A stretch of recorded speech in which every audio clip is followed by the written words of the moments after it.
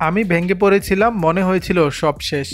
মধ্যরাতে বলিউড অভিনেতা সাইফের উপর হামলার খবর পান বড় মেয়ে সারা আলি খান। সেই মুহূর্তে ঠিক কী করা উচিত বুঝে ওঠার আগেই একের পর এক ফোন আসতে থাকে, নানা আপডেট। এমন রাত আগে কখনো আসেনি তার জীবনে। সম্প্রতি ভারতীয় গণমাধ্যমে এক সাক্ষাৎকারে বাবার উপর হামলার দিনের ঘটনা বর্ণনা করেন সারা। হামলার পরের দিন সকালেই হাসপাতালে ছুটে গিয়েছিলেন তিনি। কয়েকটা দিন যে কতটা অনিশ্চয়তার মধ্যে কেটেছে সারার, সে কথাও জানান। সাক্ষাৎকারে সারা বলেন, আমি ভেঙে পড়েছিলাম, সত্যি বলতে আর কিছু মনে পড়ছে না। এতটাই ভয় পেয়েছিলাম যে পাথরের মতো হয়ে গিয়েছিলাম।